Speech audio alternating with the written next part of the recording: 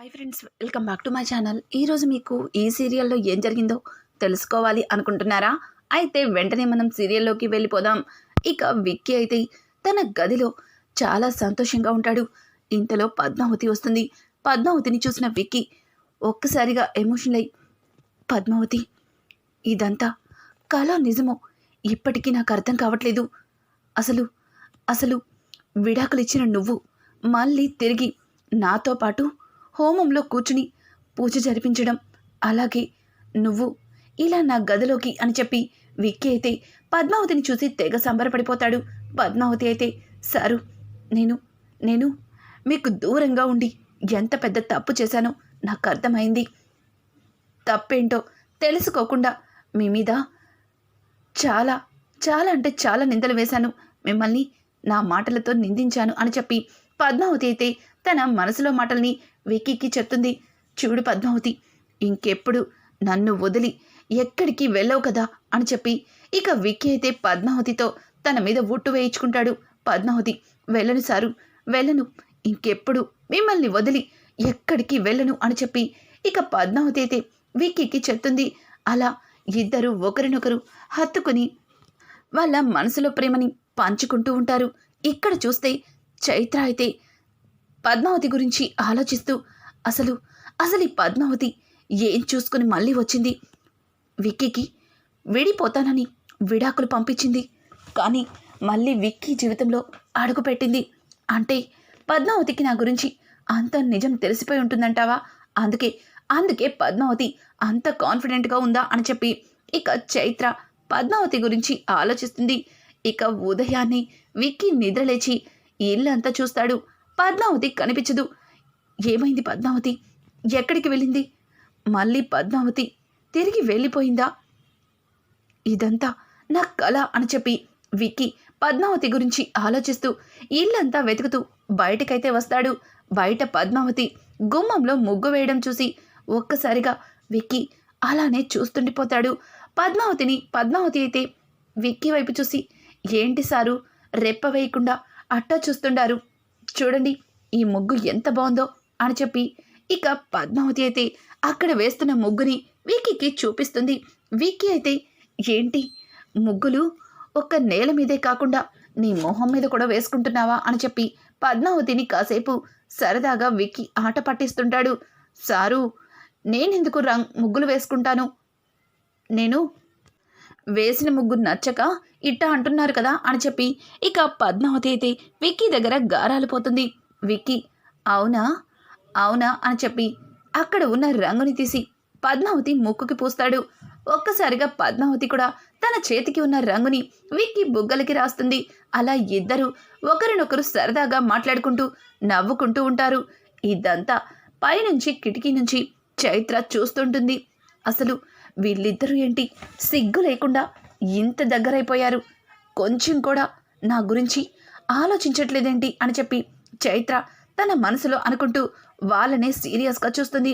ఇక పద్మావతి అయితే విక్కీ చేతిలో ఉన్న కాఫీ కప్ని చూసి, సారు, మీరు నా కోసం కాఫీ తెచ్చుండారా అని అంటుంటే, అవును, ఏ భార్య కోసం ఏ భర్త కాఫీ తీసుకురాకూడదా? ఇదిగో నీకోసం ప్రేమగా కాఫీ కలిపాను అని చెప్పి విక్కీ అయితే పద్మావతికి కాఫీని ఇస్తాడు. కాఫీ తాగుతూ పద్మావతి, సారు, నిజంగా ఈ కాఫీ చాలా బాగుండది, రోజు మీరే నాకు కాఫీ కల్పిస్తారా అని చెప్పి పద్మావతి అడగడంతో దానికి విక్కీ, నువ్వు నాతో ఇలా సంతోషంగా ఉంటే రోజు ఏంటి, జీవితాంతం కల్పిస్తాను, నువ్వు ఎప్పటికీ నన్ను వదిలి వెళ్ళకూడదు అని చెప్పి మళ్ళీ విక్కీ పద్మావతిని అడుగుతూ ఉంటాడు. పద్మావతి అయితే విక్కీని చూస్తూ, నన్ను క్షమించండి సారు, నేను మిమ్మల్ని ఎంతలా బాధ పెట్టానో నాకు ఇప్పుడిప్పుడే అర్థమవుతుంది, నన్ను క్షమించండి సారు అని చెప్పి పద్మావతి మళ్ళీ విక్కీని అడుగుతూ ఉంటుంది. విక్కీ, ఏయ్, ఇంకొకసారి ఇలా క్షమించమని అడిగితే ఊరుకునేదే లేదు, మనిద్దరం భార్యాభర్తల మధ్యలో ఈ క్షమాపణలు అనేది ఉండకూడదు అని చెప్పి విక్కీ పద్మావతితో అంటాడు. సారు, ఈరోజు మీటింగ్ ఉన్నది అన్నారు, ఇక్కడే మాటలతో గడిపేస్తారా? వెళ్ళి త్వరగా ఫ్రెష్ అవ్వండి, మీకోసం లంచ్ ప్రిపేర్ చేస్తాను అని చెప్పి ఇక పద్మావతి అయితే విక్కీని లోపలికి పంపిస్తుంది. కిచెన్లో ఉన్న అరవిందని చూసి, వదినా, మీరేంటి ఇక్కడుండారు? అసలు మిమ్మల్ని కిచెన్లోకి రావద్దని ఎన్ని తూర్లు చెప్పాను? వెళ్ళండి, ఐరాని చూసుకోండి అని చెప్పి ఇక అరవింద అయితే అక్కడి నుంచి అరవిందని పంపించేస్తుంటే, అరవింద, పద్మావతి, నిన్ను చూస్తుంటే నాకు చాలా సంతోషంగా ఉంది. నీలాంటి మరదలు నాకు దొరకడం నిజంగా నేను చేసుకున్న అదృష్టం అని చెప్పి ఇక అరవింద పద్మావతిని చూస్తూ సంతోషంగా అక్కడి నుంచి వెళ్ళిపోతుంది. ఇక పద్మావతి అయితే చకచక లంచ్ బాక్స్ని ప్రిపేర్ చేస్తుంది. ఇక్కడ చూస్తే అను అలాగే ఆర్య ఇద్దరు మాట్లాడుకుంటూ, అను అయితే, ఏవండి, నాకు చాలా సంతోషంగా ఉండదు. పద్మావతి మళ్ళీ తిరిగి వస్తుందని అస్సలు ఊహించలేదు. విడాకుల పత్రాల మీద ఏడుస్తూ సంతకాలు పెట్టి వెళ్ళిపోయింది. కానీ ఆమె పద్మావతి సంతోషంగా ఇంట్లో అడుగుపెట్టుండాది. అసలు ఇదంతా కళ నిజమా అన్నట్టుగా అయిపోయింది. ఇక బావగారు విక్కీ ఇద్దరు ఒక్కటైతే బావుండు అని చెప్పి అను మాట్లాడుతూ ఉంటే ఆ మాటలకి ఆర్య, ఓ అయితే వాళ్ళిద్దరు ఒక్కటవ్వాలన్నమాట. సరే అయితే దానికి నన్నేం చేయమంటావు అని ఆర్యని అడగడంతో, ఏం చేయాలో మీకు చెప్పాలా? ఒకసారి మన ఇద్దరం గొడవపడి ఇట్టాగే దూరంగా ఉంటే పద్మావతి ఏం చేసుండాది? మల్లెపూలు హల్వా తీసుకొచ్చి మళ్ళీ మన ఇద్దరి మధ్యలో దూరాన్ని పోగొట్టి ఒక్కటి చేసింది. అలాగే ఇంతవరకు వాళ్ళిద్దరి మధ్యలో కేవలం ప్రేమే ఉంది. వాళ్ళిద్దరూ భార్యాభర్తలుగా ఒక్కటవ్వాలి అని చెప్పి అను అయితే ఆర్యకి చెప్తుంది. ఓకే స్వీట్ హార్ట్, అయితే సాయంత్రం మల్లెపూలు హల్వా వాళ్ళకే కాదు మనకు కూడా తీసుకొస్తాను, సిద్ధంగా ఉండు అని చెప్పి ఆర్య అనుతో రొమాంటిక్గా మాట్లాడుతూ బయటకైతే వస్తాడు. అలాగే విక్కీ కూడా, పద్మావతి, నాకు లేట్ అవుతుంది, నేను బయలుదేరుతున్నాను అని అంటుంటే దానికి పద్మావతి, సారు వచ్చేస్తున్నాను ఆగండి అని లంచ్ బాక్స్ ఇచ్చి, చూడండి సారు, మీకోసం ఎంతో కష్టపడి నా ప్రేమనంతా కలిపి ఇదిగో ఈ బాక్స్లో పెట్టాను, మీరు పనిలో పడి తినడం మర్చిపోకండి, సరేనా అని చెప్పి ఇక పద్మావతి అయితే విక్కీ చేతికి లంచ్ బాక్స్ని ఇస్తుంది. పక్కన ఉన్న అరవింద్ అయితే, రే విక్కీ, మీ ఇద్దరిని ఇలా చూస్తుంటే నాకు చాలా సంతోషంగా ఉంది, మీ ఇద్దరు ఎప్పుడు ఇలాగే సంతోషంగా ఉండాలి అని చెప్పి అరవింద్ అయితే వాళ్ళిద్దరినీ చూస్తూ చాలా ఆనందిస్తుంది. అలాగే అను ఆర్యలు కూడా బయటికి వస్తారు. ఇక కుచల నారాయణ, మీ ఇద్దరు మీ భార్యలతో ఎప్పుడు ఇలాగే సంతోషంగా ఉండాలి అని చెప్పి కుచల అయితే వాళ్ళిద్దరు జంటల్ని చూసి చాలా మురిసిపోతుంది. ఇక దివ్య అయితే చైత్ర వైపు చూస్తూ, చైత్ర, ఏదో చేస్తాను అన్నావు కానీ ఏం చేయకుండా అలానే ఉండిపోయావు, చూసావుగా ఆ పద్మావతి తను అనుకున్నట్టు మళ్ళీ విక్కీ అన్నయ్యకి ఎలా దగ్గరైపోయిందో.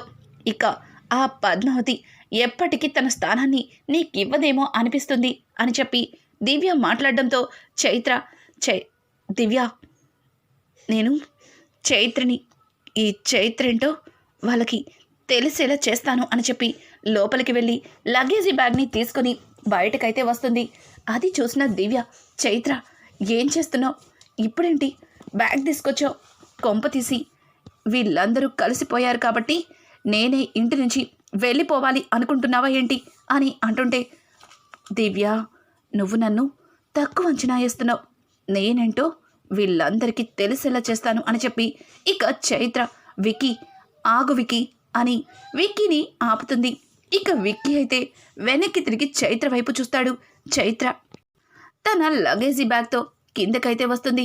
విక్కీ, నేను ఈ ఇంటి నుంచి వెళ్ళిపోవాలి అనుకుంటున్నాను అని చెప్పడంతో పక్క నుంచి కుచల, అమ్మయ్య, పీడ వదిలిపోతుంది, త్వరగా కానీ వెళ్ళు అని అంటుంటే ఇక విక్కీ అయితే, పిన్ని, ఆగు, ఏంటి చైత్ర, ఇప్పటికిప్పుడు వెళ్ళిపోతాను అంటున్నావు?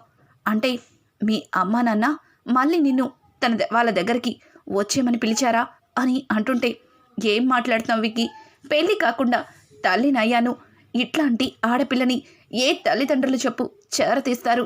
వాళ్ళ ఇంటి పరువు తీసేశానని నన్ను నిర్దాక్షిణ్యంగా ఒంటరి చేసి వాళ్ళు యూఎస్ వెళ్ళిపోయారు. ఇక జీవితంలో వాళ్ళు నా మొహం చూస్తారో లేదో కూడా తెలీదు. మీరేమో నా గురించి ఏమాత్రం పట్టించుకోకుండా సంతోషంగా ఉన్నారు. ఇక నేనెందుకిక్కడ? నాకు జరిగిన అన్యాయం గురించి ఏ ఒక్కరు కూడా ఆలోచించట్లేదు. ఇక ఏ నొయ్యో గొయ్యో చూసి చచ్చిపోతాను. ఎవరికి అడ్డం ఉండను అని చెప్పి ఇక చైత్ర అయితే తన బ్యాగ్ని తీసుకుని ముందుకు వెళ్ళబోతుంటే విక్కీ, ఆగు చైత్ర, ఎందుకు ఆవేశపడతావు?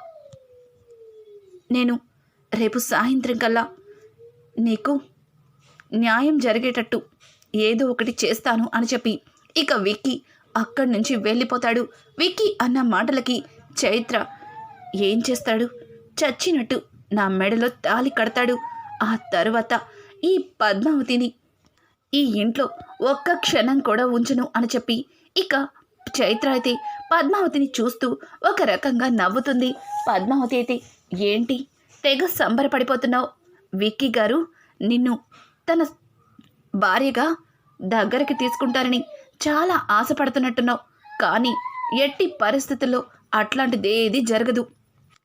నువ్వనవసరంగా పగటి కలలు కనుకు. ఈ బ్యాగ్ని అట్లానే ఉంచు.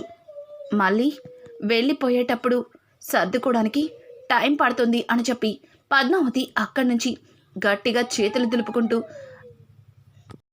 చైత్రని ఒక రకంగా చూస్తూ వెళ్ళిపోతుంది. దివ్య అయితే చైత్రని చూస్తూ, చైత్ర, ఏంటి ఇంత పెద్ద నిర్ణయం తీసుకున్నావు? ఏదో చేస్తాను అని ఇదా నువ్వు చేసింది? నిజంగానే విక్కీ నిన్ను వెళ్ళిపోమంటే ఏం చేస్తావు చెప్పు అని అంటుంటే ఆ మాటలకి చైత్ర, చూడు దివ్య, విక్కీ నన్ను ఎట్టి పరిస్థితుల్లో వెళ్ళమని చెప్పడు. ఎందుకంటే తన బిడ్డ నా కడుపులో పెరుగుతుంది. తన బిడ్డని తన చేతులారా తను చంపకూడదు కదా అని చెప్పి ఇక చైత్ర అయితే దివ్యతో అంటుంది. ఇది ఇలా ఉండగా ఇక అరవింద, కుచల, నారాయణ ముగ్గురు మాట్లాడుకుంటూ, పిన్ని, విక్కీ చైత్రకి రేపు సాయంత్రం కల్లా తన నిర్ణయం చెప్తాను అన్నాడు. అసలు వాడు ఏ నిర్ణయం తీసుకుంటున్నాడు అని అంటుంటే దానికి కుచల, ఇంకేముంది, ఆ కడుపు తీయించేసి తనకి ఏదైనా మంచి సంబంధం చూసి పెళ్లి చేస్తాడేమో అని చెప్పి కుచల మాట్లాడుతూ ఉంటే ఆ మాటలకి నారాయణ, కుచ్చు, ఏం మాట్లాడుతున్నావు? అసలు ఇంత వయసు వచ్చింది, ఏం మాట్లాడాలో నీకు తెలీదా అని చెప్పి ఇక నారాయణ కుచుల మీద అరుస్తాడు. పద్మావతి అయితే చైత్ర విషయంలో విక్రమాదిత్య గారు ఏం నిర్ణయం తీసుకుంటారో ఆలోచిస్తూ ఉంటుంది. లేదు, ఈ చైత్ర ఒక మోసగత్తని, తను ఇదంతా కావాలని ఈ ఆస్తి మీద కన్నేసి చేస్తుందని ఎలా అయినా సరే విక్రమాదిత్య గారికి తెలియాలి అని చెప్పి పద్మావతి అనుకుంటూ ఉంటుంది. ఇక పద్మావతి అయితే తాను ఎవరి ద్వారా నిజాన్ని తెలుసుకుందో అతనికి కాల్ చేస్తుంది. శేఖర్తో మాట్లాడుతూ శేఖర్కి జరిగిందంతా చెప్తుంది. శేఖర్ అయితే, పద్మావతి గారు, ఆ చైత్ర ఏదన్నా అనుకుంటే అది అయ్యే వరకు అట్లాగే ఒక పగ పట్టిన పాములా ఉంటుంది. ఆ చైత్ర దగ్గర కాస్త జాగ్రత్తగా ఉండండి అని అంటుంటే, నేను ఓకే, కానీ ఆ చైత్ర తనకి న్యాయం చేయమని విక్రమాదిత్య గారిని ఇబ్బంది పెడుతుంది. విక్రమాదిత్య గారికి నిజమేంటో తెలీదు. నేను చెప్తే ఎక్కడ ఆయన బాధపడతారా అని ఆయనకి నిజం చెప్పలేకపోయాను. మరి ఆ చైత్ర కడుపులో పెరుగుతున్న బిడ్డకి తండ్రి వస్తాడు అన్నావు, వచ్చాడా అని అడగడంతో దానికి శేఖర్ అయితే, వచ్చేస్తున్నాడు, ఈరోజు ఈవినింగ్ కల్లా ఇక్కడ ఇండియాలో ఉంటానని చెప్పాడు అని చెప్పడంతో దానికి పద్మావతి, చైత్ర, నువ్వు ఏదైతే అడ్డం పెట్టుకుని ఈ ఇంట్లో అడుగు పెట్టావో అసలు అది ఈ కుటుంబానికి సంబంధమే లేదు అని అందరి ముందు రుజువు చేస్తాను. నీ కడుపులో పెరుగుతున్న బిడ్డకి తండ్రి ఎవరో తీసుకొస్తున్నాను. బీ కేర్ఫుల్, రెడీగా ఉండు అని చెప్పి ఇక పద్మావతి తన మనసులో చైత్ర గురించి ఆలోచిస్తూ ఉంటుంది. అనుకున్నట్టుగానే చైత్ర ఇక విక్కీ, ఈరోజు నా గురించి నీ నిర్ణయాన్ని చెప్తాను అన్నావు, చెప్పు, నాకు ఏం న్యాయం చేస్తున్నావు అని అడగడంతో దానికి పద్మావతి ముందుకు వచ్చి, నీకు ఆయనే న్యాయం చేస్తారు, నేను చేస్తాను.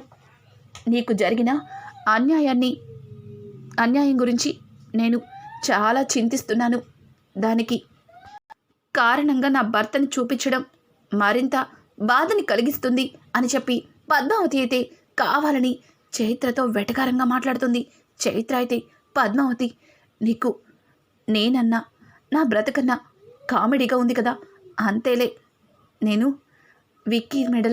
విక్కీతో నా మెడలో తాళి కట్టించుకోకుండా తన బిడ్డని కడుపులో మోస్తున్నాను కదా, అంతేలే, నేనంటే అందరికీ చిన్న చూపేలే అని చెప్పి చైత్ర మాట్లాడుతూ ఉంటే, ఎవరి బిడ్డని ఎవరికి తండ్రిని చేస్తున్నావు అని చెప్పి ఇక చైత్ర ఎవరితో అయితే కలిసి తల్లయిందో అతన్ని తీసుకుని శేఖర్ ముందుకి వస్తాడు.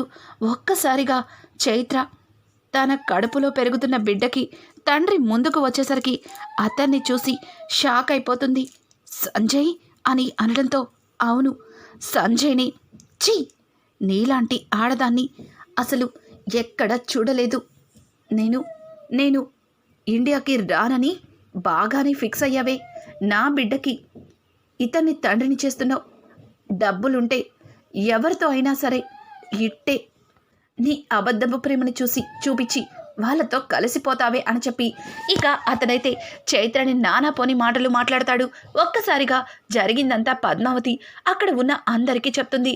ఇక విక్కీ అయితే చైత్ర చెంప పగల కొట్టబోతూ, ఛీ, నీలాంటి ఆడదాన్ని నాకు తాకడానికి కూడా ఇష్టం లేదు అని చెప్పి ఇక విక్కీ అయితే వెనక్కి వచ్చేస్తాడు. కానీ తన బిడ్డని మరొకరి బిడ్డగా చూపిస్తుందన్న కోపంతో సంజయ్ మాత్రం చైత్ర చెంప పగల కొడతాడు. చైత్రని జుట్టు పట్టుకుని బరబరా ఈడ్చికెళ్తాడు. అది చూసిన పద్మావతి, ఆగు ఆగు అని చెప్పి వాళ్ళిద్దరికీ అడ్డం పడుతుంది. చూడండి, ఇట్లాంటి ఆడదాన్ని ఇంకా మీరు నమ్ముతున్నారా అని పద్మావతిని అడగడంతో, చూడండి, తను మీరన్నట్టుగానే తప్పే చేసింది, మీ బిడ్డని మరొకరి బిడ్డగా చూపించింది, కానీ తనిప్పుడు కడుపుతో ఉంది, తనని ఇట్లాంటి పరిస్థితుల్లో మీరిలా ఇబ్బంది పెట్టకూడదు అని చెప్పి పద్మావతి మంచితనంతో మళ్ళీ చైత్ర గురించి ఆలోచిస్తుంది. ఇక రానున్న ఎపిసోడ్స్లో విక్కీ పద్మావతి ఒక్కటవబోతున్నారు. అలాగే విక్కీ పద్మావతుల మధ్యలో మురళి ఎట్లాంటి గొడవలు పెట్టబోతున్నాడు, ఇట్లాంటి లేటెస్ట్ ఎపిసోడ్స్ మీకు మరిన్ని కావాలి అనుకుంటే మా ఛానల్ని సబ్స్క్రైబ్ చేసుకోవడం మాత్రం మర్చిపోకండి. Thanks for watching. Hi friends, welcome back to my channel.